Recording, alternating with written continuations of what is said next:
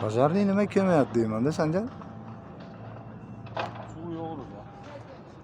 Mashina bozordagi ustaxonalar yonib ketdi.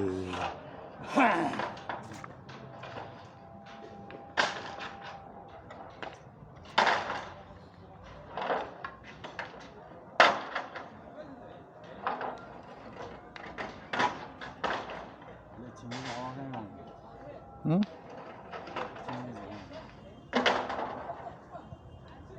Pazarning nima chaqirmaydi? Bu yarim suv bilan kelyapti. U ham chachimaydi ekan. 3 ta mashina kuyib ketdi ichida.